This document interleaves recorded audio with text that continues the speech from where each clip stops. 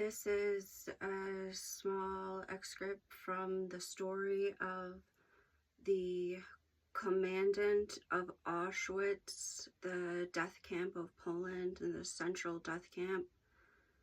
And he was the commandant from 1940 to 1945.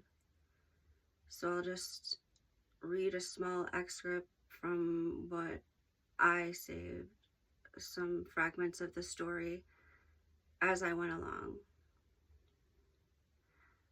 My family from Baden-Baden, besides Rhine River, homeland of the earliest Germanic people, the Franks, over 1,000 years ago, heartland of the Holy Roman Empire, the fertile region north of the Alps mountain chain, at the heads of two mightiest rivers of Europe, Rhine River and Danube River.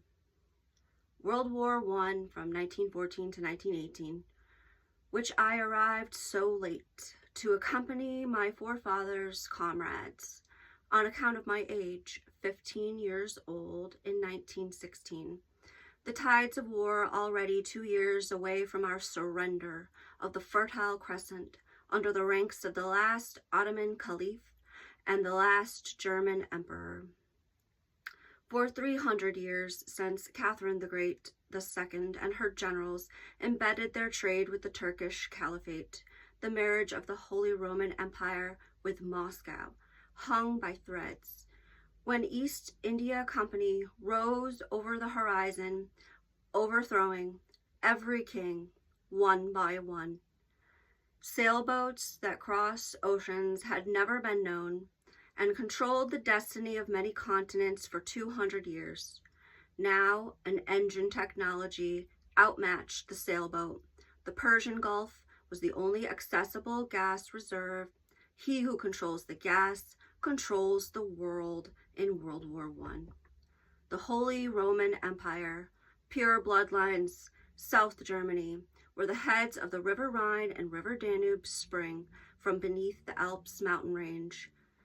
Surrendering the colony of Basra, Iraq, Baghdad, Constantinople, Damascus, Jerusalem, to the traitorous Russian alliance of China's Silk Road trade, ashore at Bulgaria, to the wilderness of Romania, up to the deep snow of icy mountains, Transylvania, across valleys of Hungary, Austria, the regimental depot was stunned by my unexpected arrival with my cavalry when I fled the surrender of Damascus.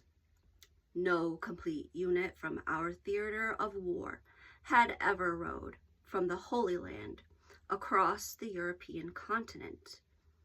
For 3 years after World War I served Free Corps in the region north of Moscow.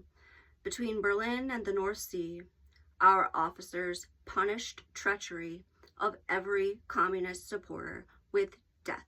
Executions were invoked daily against the occupational governments. No quarter was shown. This is a struggle in which everything is at stake. We flinch from nothing, no matter how desperate, in attempt to make vacant and to acquire for ourselves, and victory goes to the most unscrupulous man. Necessity is the mother of invention.